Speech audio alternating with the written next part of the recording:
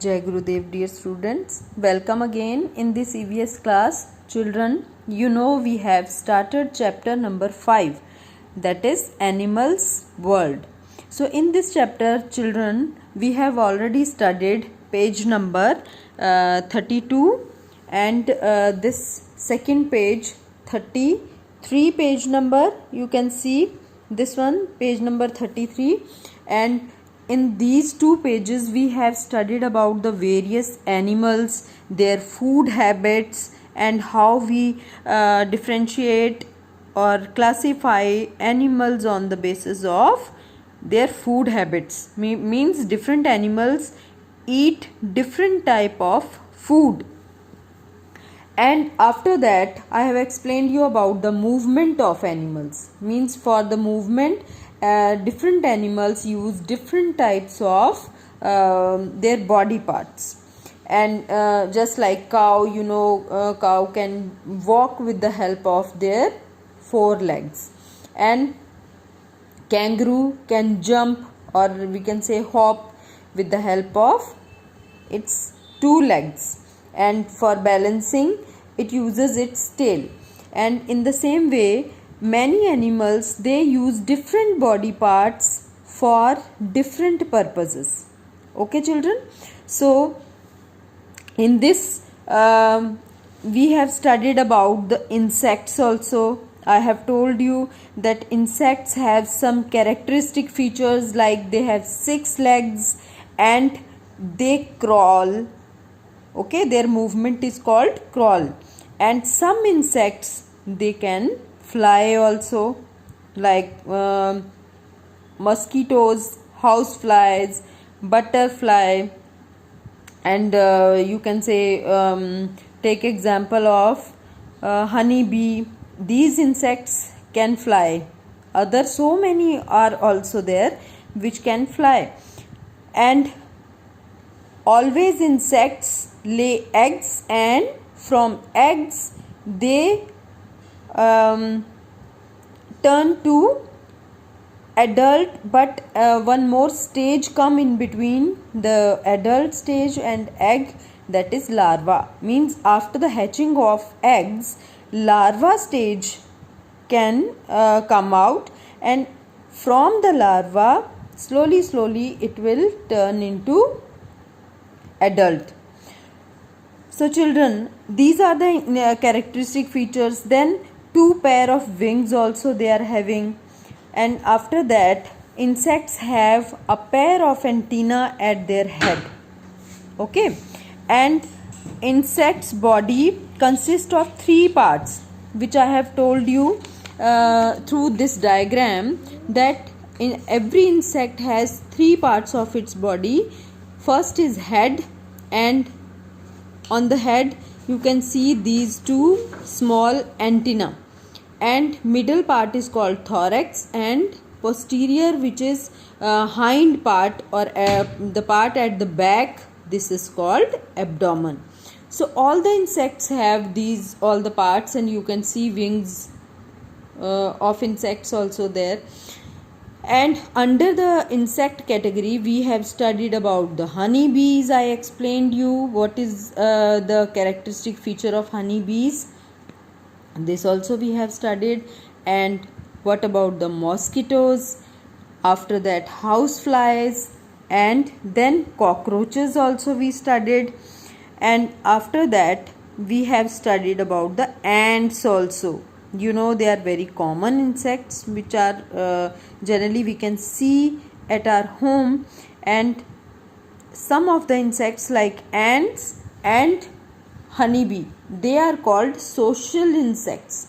Children, this word you should remember, because they are working in a group, and they always live in a group, and they manage their food, and even full life they spend their life just like human beings. We also we humans are also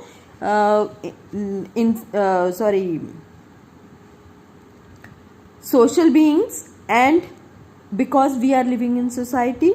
Okay, and in the same way, these insects also, they live in a group, and different members of group, they work together to manage their food. So these are some special things about the insects. After insects, children, now let's study about worms.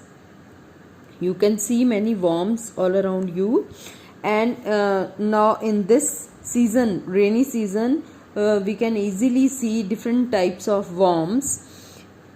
So let's we read from here. A worm is a long creature with no bones.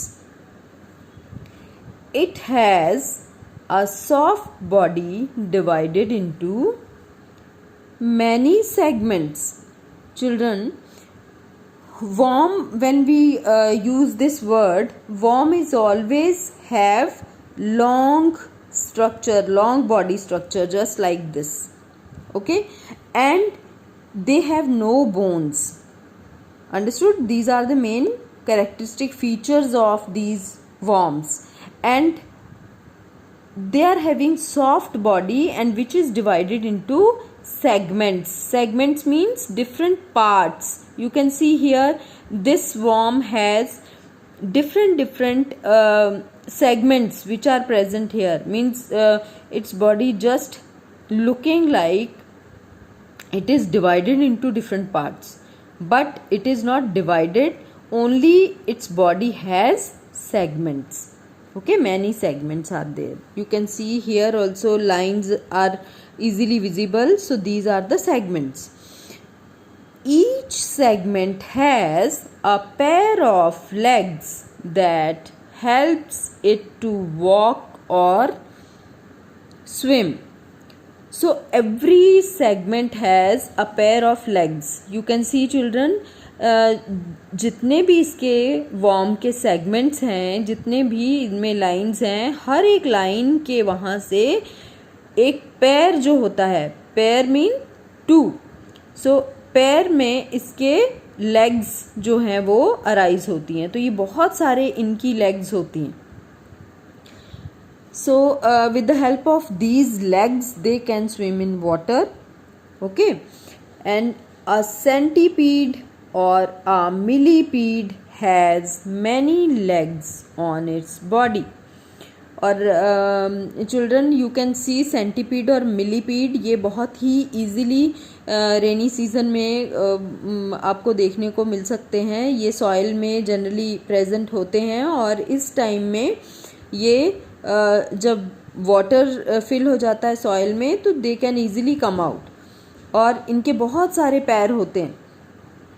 तो जो बहुत सारे legs वाले जो insects आपको दिखेंगे, वो या तो मिलीपीड हो सकते हैं या सेंटीपीड हो सकते हैं. Okay, with the help of paired legs their body moves swiftly. Swiftly means fast, क्योंकि इनकी बहुत सारे लेग्स होती हैं, और इनके पेयर्ड लेग्स की वजह से ये बहुत ही फास्ट मूव कर सकते हैं, इजीली मूव कर सकते हैं. So snails live in shells. These animals pull their body inside the shells. अब ये स्नेल के बारे में बताया है. Snail, children, you can see this kind of insect is called snail. आप सबने शायद देखा होगा.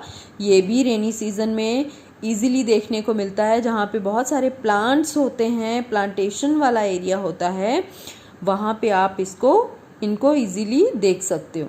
तो स्नेल्स हैव शेल. ये वाला जो इसकी बॉडी पे पार्ट होता है, इसको हार्ड होता है ये, और इसको बोलते हैं शेल. और स्नेल्स जो होती हैं वो जनरली इस शेल में ही रहती हैं, और जब वो मूव करती हैं तो इस शेल से अपने हेड का पार्ट बाहर निकाल के फिर वो मूव करती हैं. बट जैसे ही उनको कोई भी किसी टाइप का भी डेंजर फील होता है, लगता है उनको कि अभी कोई हमें टच कर रहा है या कहीं पे कोई डेंजर है, तो फिर से वो अपने आप को, पूरी बॉडी को इस हार्ड शेल के अंदर छिपा लेती हैं. Okay, so leech. अब ये था स्नेल के बारे में. और now we are talking about leech. Leech इस टाइप की होती है, ये भी रेनी सीजन में ही आपको देखने को मिलेगी और ये जनरली ये भी ऐसी वेट प्लेसेस पे ही आपको देखने को मिलेगी जहाँ पे वाटर प्रेजेंट हो या फिर जो फॉरेस्ट एरिया होता है या जो फील्ड होती हैं उसमें ये आपको इजीली मिल जाएंगी। A leech is a small animal which looks like a worm. जो लीच होती है वो भी एक बहुत ही स्मॉल एनिमल होता है और वो भी एक वर्म जैसा ही होता है। Okay, so it lives in water, it sticks to the body of an animal with the help of the suckers attached to its mouth and sucks blood through it. So children, about this snail they have written here that this snail lives in water and it can easily stick to any animal or even to the human being also. If we walk through any plantation area or field where snails are there, where leech is there, at that place they can easily stick to our body with the help of these suckers. ये इसकी body में जो front part पे होते हैं ये इसको बोलते हैं सकर। सकर मीन्स ये क्या करता है, जो ये लीच है ये सक कर लेती है और हमारी बॉडी से ये चिपक जाती है या एनिमल्स की बॉडी से ये चिपक जाती है और ये चिपक के क्या करती है, वहाँ पे स्टिक करके ये क्या करती है, एनिमल्स की बॉडी से या हमारी बॉडी से ये ब्लड को सक करना स्टार्ट कर देती है because it feeds on our blood, that's why it sticks to our body और एनिमल्स बॉडी। ओके, तो यहाँ पे लिखा हुआ है and sucks blood through it. तो ये जो सक्कर्स होते हैं ये इनके थ्रू हमारी बॉडी में के साथ स्टिक हो जाती है और हमारी बॉडी से ब्लड सक करना स्टार्ट कर देती है। तो चिल्ड्रन, ये जो वर्म है लीच की फॉर्म में, अगर आप इसको देखो कहीं पे तो इसके पास नहीं जाओगे आप और इससे दूर रहोगे। ओके, और अगर कभी ये आपकी बॉडी को स्टिक हो जाए या आपके लेग्स में या फुट पे, अगर आपके फीट पे कहीं पे भी ये स्टिक हो जाए तो इमीडिएटली आप इसके ऊपर सॉल्ट जो होता है, सॉल्ट को अगर आप इसके ऊपर डाल दो तो ये ऑटोमेटिकली निकल जाती है। वैसे अगर आप इसको निकालने की कोशिश करोगे तो ये आपकी बॉडी को नहीं छोड़ेगी easily because it tightly sticks to our body with the help of suckers. ये बिल्कुल हमारी बॉडी, हमारी स्किन के अंदर अपने सक्कर्स को फंसा लेती है और अगर आप इसके ऊपर सॉल्ट को स्प्रिंकल कर दोगे तो वो इजीली हमारी बॉडी को छोड़ देती है। Okay, so this is the protective measure also I have told you. And after that spiders also you can see easily at your home. इस टाइप के आपने स्पाइडर वेब बहुत सारे देखे होंगे। हमारे घर में हम जो स्पाइडर वेब्स को बार बार क्लीन करते हैं कॉर्नर्स में, जनरली वो अपना घर बना लेते हैं spiders. Again and again they can make their home. Okay, ये क्या होता है, स्पाइडर वेब क्या है, स्पाइडर का होम होता है ये। सो अ स्पाइडर हैज़ 8 legs। अब मैंने आपको पहले क्या बताया था, जितने इंसेक्ट्स होते हैं उनकी 6 legs होती हैं, तो स्पाइडर्स जो होते हैं उनकी कितनी होती हैं, 8 legs। These all the things you should remember. It makes very thin sticky threads, और इनकी बॉडी से बहुत ही स्टिकी मटेरियल एक निकलता है जिसको ये बार बार घूम घूम के अपने ऑल अराउंड ऐसे रैप करते जाते हैं और वो जो वेब इस टाइप का ये वेब बनाते जाते हैं। ओके, ये थ्रेड जैसे स्ट्रक्चर्स होते हैं जिनसे ये वेब बन जाता है। So with these threads they spin a web which is their home, और ये इनका घर होता है। They eat small insects like flies and mosquitoes which get trapped in their web. So what they eat? They eat small insects. कैसे small insects को ये खा लेते हैं? जैसे flies होती हैं, mosquitoes होते हैं, even small ants also, if by chance fall on their web, they can easily eat them up. Okay? तो ये वेब बनाते ही वो इसलिए हैं ताकि छोटे छोटे इंसेक्ट्स को वो ट्रैप कर पाएँ, ओके, पकड़ पाएँ अपने फूड के लिए. So this is about the spider. Have you seen a spiders web? तो आप सब ने स्पाइडर का वेब तो देखा ही होगा. जो जाले हमारे घर में लगते हैं वो जाले किसकी वजह से होते हैं? स्पाइडर्स की वजह से. तो here you can write yes. And where do you generally find a web? आप जनरली वेब कहाँ पे देखते हो? तो हम ये वेब कहाँ पे देखते हैं? हमारे रूम के कॉर्नर्स पे. ओके, जितने कॉर्नर्स होते हैं हमारे रूम के, या हमारी जो भी जैसे आपकी स्टेयर केस जो होता है, स्टेयर्स होती हैं, उनके वहाँ ये लगाते हैं. ऐसी प्लेसेस पे जनरली ये अपने वेब को बनाते हैं. Okay, so after that children, this is about the reptiles, and reptiles I'll teach you in the next class, because under this reptile category also okay, we this is given very small. Okay, now we finish it. So reptiles, under reptiles, those type of creatures come which crawl on the surface of the ground. Okay, crawl means जो रेंग रेंग के चलते हैं ground के साथ साथ, उनको हम बोल देते हैं वो क्या हैं? रेप्टाइल्स.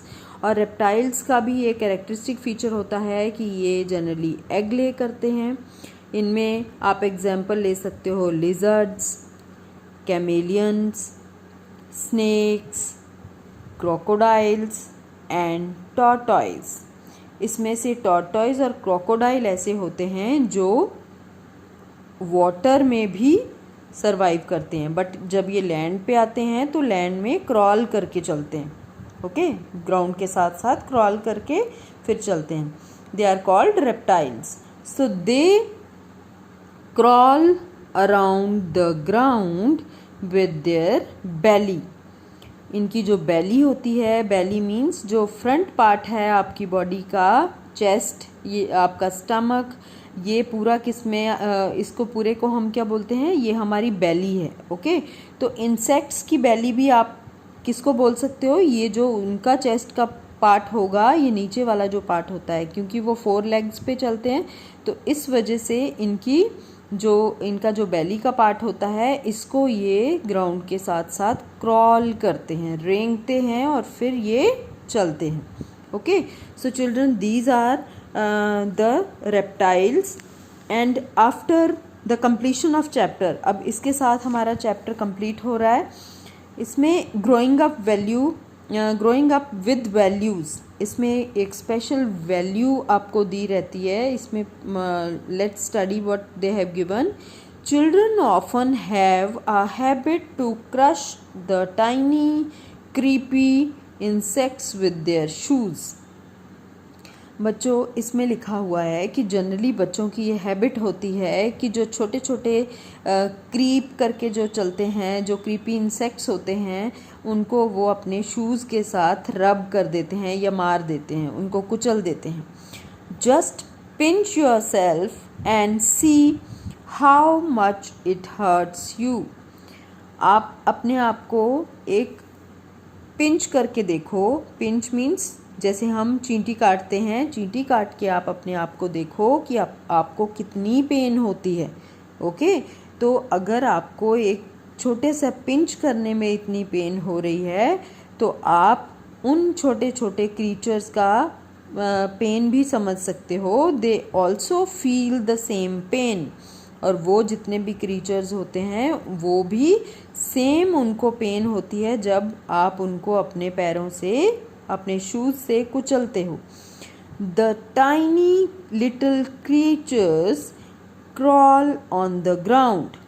और ये जो टाइनी क्रीचर्स होते हैं ये ग्राउंड के ऊपर क्रॉल करके चलते हैं. जैसे मैंने अभी आपको बताया, क्रॉल करना मीन्स रेंग रेंग के चलना. तो इनका जो प्रोसेस है चलने का वो क्रॉलिंग होता है और इनको ग्राउंड के ऊपर ही चलना है. तो जब भी हम चलते हैं बाय मिस्टेक अगर वो हमारे पैर के नीचे आ जाते हैं तो it's okay, but intentionally don't kill any creature with your shoes. Okay children, so take care while you walk. और हमें हमेशा देख के चलना चाहिए कि हम इन क्रीचर्स को कोई भी हार्म ना पहुंचाएं. Understood? So this is about the values which we have learnt in this chapter. Understood? So children, with this this chapter number 5 is completed today, and in the next class we will study about its exercise. Okay, I'll teach you about the exercise in the next video or in the next online class. So Jai Gurudev to all of you.